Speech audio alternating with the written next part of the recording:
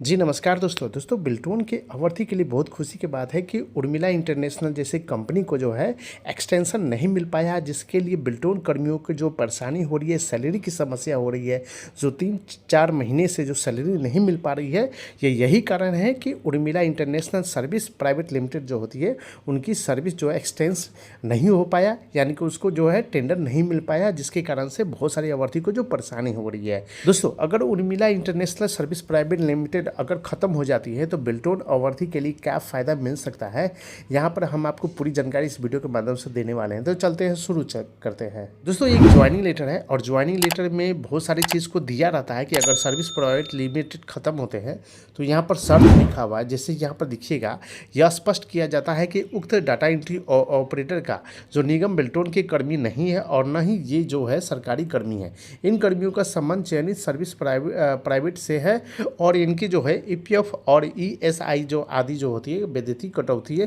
तथा सभी जो प्रभावी वैज्ञानिक प्रावधानों के अनुपालन की जिम्मेदारी सर्विस प्रोवाइडर की होती है। ठीक है, तो सर्विस प्रोवाइडर तो यहाँ खत्म हो गया, तो इसको क्या होता है, इसको कट कर दीजिए, यानी कि ये चीज़ को लागू नहीं किया जाता है। ठीक है, यानी कि उर्मिला खत्म हो गया तो ये लागू नहीं किया जाएगा। दूसरा नंबर पॉइंट में देखते हैं, उक्त कर्मियों के जो आचरण एवं कर्मव्यवस्था में जो अनुच्छेद की जिम्मेदारी अधियाची कार्यालयों की होगी। ठीक है, किसी भी प्रकार के जो दुराचरण या कर्तव्यहीनता या अक्षमता आदि की स्थिति में उन्हें किसी प्रकार का समय से कार्य मुक्त किया जाता है। ठीक है, यानी कि कोई भी अगर परेशानी होती है, यानी कि जो घूस लेता है कैंडिडेट का, तो वो चला जाता है। ठीक है, वो पकड़ा जाता है, तो उसके लिए जो बिल्टोन कर्मी का उसका मतलब कि योगदान नहीं करेगा फिर से दोबारा। ठीक है, ये चीज़ के लिए लिखा हुआ है, कार्य मुक्त किया जाता है। बहुत सारे विभाग में हर चीज़ का नियम है, वो नियम जो है मतलब कि ईमानदारी से काम करना चाहिए, वो तो सभी जगह लिखा रहता है। तीसरा नंबर पॉइंट में देखते हैं, यदि निगम बिल्टोन के द्वारा किसी भी सर्विस प्रोवाइडर की सेवा समाप्त की जाती है तो उक्त कर्मियों की सेवा भी उसी तिथि में स्वतंत्र समाप्त हो जाएगी। यानी कि उर्मिला जो है, उर्मिला की जैसी कंपनी समाप्त हो गई है, ठीक है, तो उक्त कर्मियों की भी जो है सेवा समाप्त की जाएगी। ठीक है, लेकिन बिल्टोन अन्य सर्विस प्रोवाइडर से उक्त प्रकार के कर्मियों से सेवा उपलब्ध कराने की पूर्ण प्रयास करेगा। ठीक है, तो पूर्ण प्रयास क्या करेगा, तो Urmila international service private limited खत्म हो चुका है।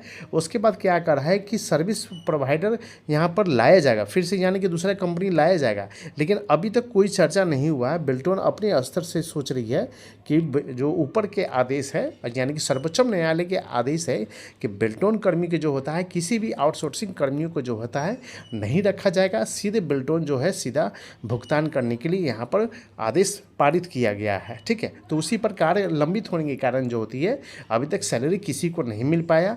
देर है, दुरुस्त है, थोड़ा सा इंतजार करेंगे, लेकिन सैलरी जो होती है वो बिल्टोन के हर एक कर्मी को प्रोवाइड करेगी, या वो अपना वेबसाइट बनावे या केवाईसी करावे या फिर आपको AHRMS वो प्रोवाइड करवा दे।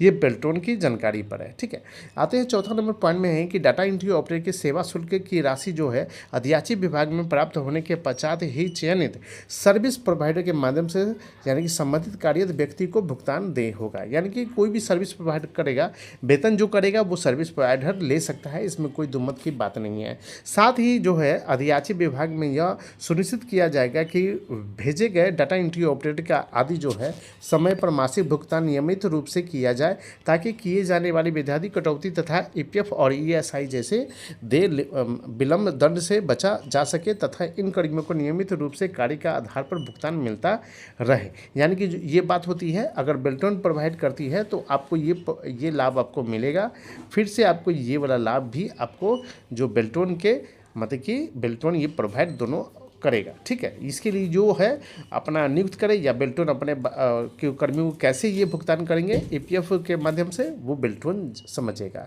यहाँ पर दिया हुआ है 5 नंबर में कि यदि भुगतान में विलंब के कारण जो ईपीएफ ईएसआई का आदि कटौती की दंडात्मक शुल्क आदि का जो भुगतान की स्थिति में बनती है तो अधियाची विभाग को यह अतिरिक्त शुल्क वहन करना होगा। ठीक है, ये भी चीज़ है।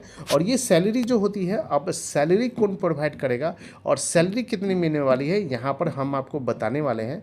क्योंकि 5 नंबर में दिया हुआ है कि 25,000 यानी कि 209 रुपया है। अगर बिल्टोन खुद अगर पेमेंट करती है तो जीएसटी ये सब कुछ नहीं लगेगा, जीएसटी वगैरह ये सब नहीं प्रोवाइड करने वाला है। ठीक है, तो जीएसटी नहीं होगा तो आपकी सैलरी जो है वो आपको 25,000 यानी कि ₹209 मिलने वाला है। इसमें जो है आपको जो है पीएफ और ईएसआई जो कटौती की जाएगी वो अपना बेल्टोन देखिएगा कि करना क्या है। ठीक है, 2 चीज़ को पारित किया गया है विभागीय से, यानी कि आपकी जो सैलरी है 20% से 30% बढ़ने वाला है।